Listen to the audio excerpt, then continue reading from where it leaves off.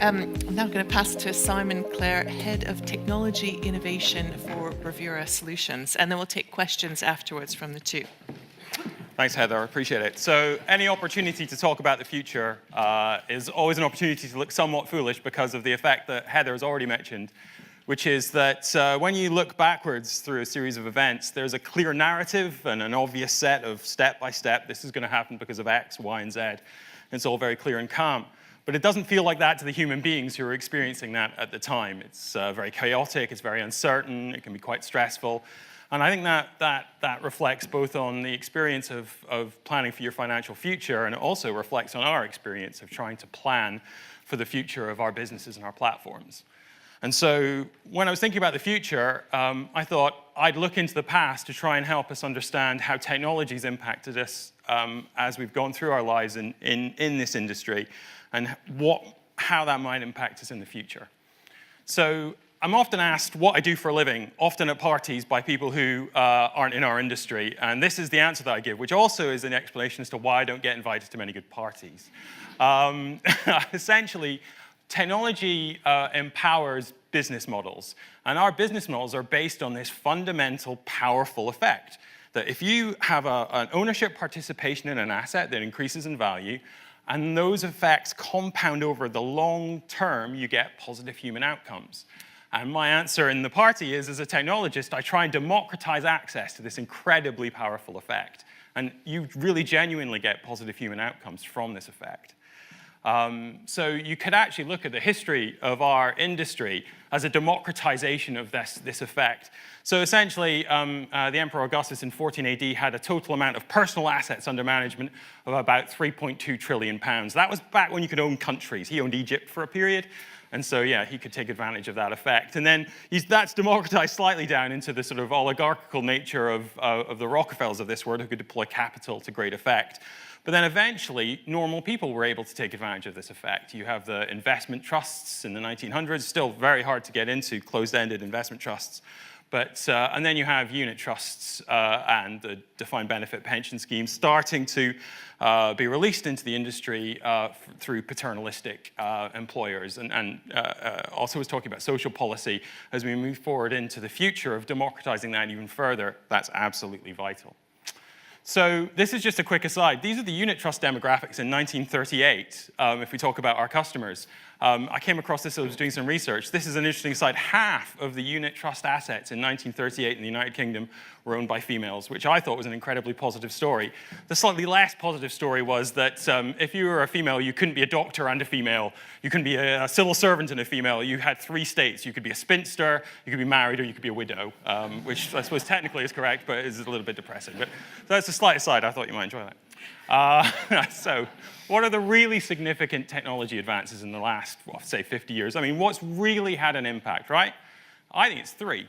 I think mass storage and processing, so databases, being able to store things not on paper, and being able to use if this, then that processing to automate that process is huge.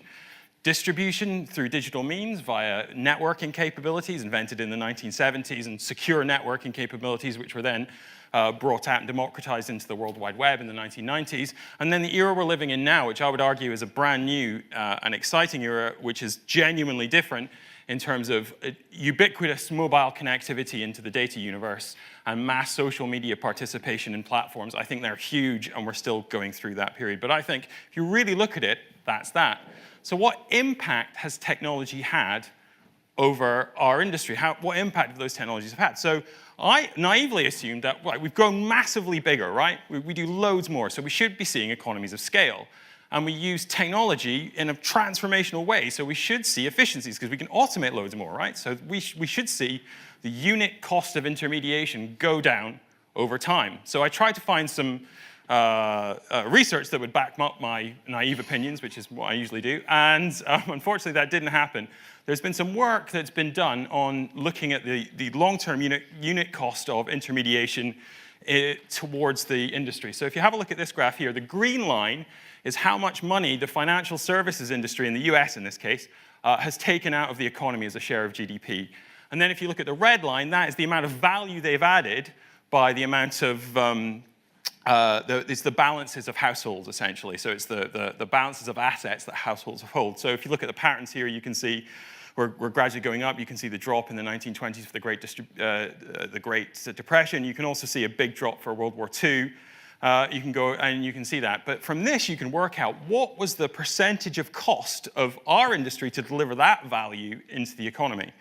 And if you graph it over time, it turns out it's about 2%. And it's been about 2% since we can kind of figure it out. So it's been, in this graph here, this is for Europe, it's been 2% in the United Kingdom and the US since 1954, fairly steady. So I was expecting to see big economies of scale through technology and big economies of scale through technology. It just wasn't coming out, which was very, very interesting. And I think there are a bunch of reasons why that's the case. I think regulatory impacts is in a very different regulatory world than we were in 1954. But it really challenged me. And actually, in the future, what is technology going to do to these curves was an interesting question.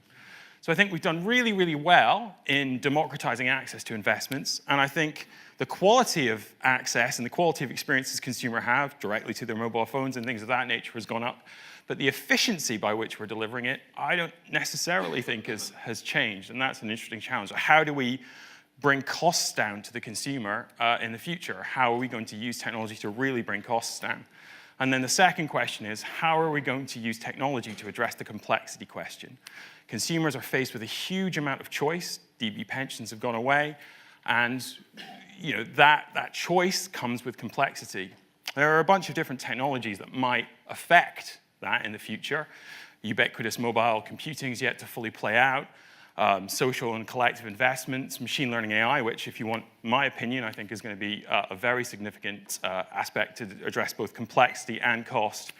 And distributed ledgers and blockchains is less clear as to what the value savings there are. I just finish on one point, though. There's a caution. There's two laws which are worth thinking about here. There's Kierkegaard and William Goldman's law. Essentially, it's very hard to predict the future. It's very easy to analyze the past. So you can take that with a grain of salt. And then Amara's law, which is actually a really interesting one that computer scientists have coined, which is essentially we tend to overestimate the short-term impact of any technology, and we tend to massively underestimate the long-term impact of that technology.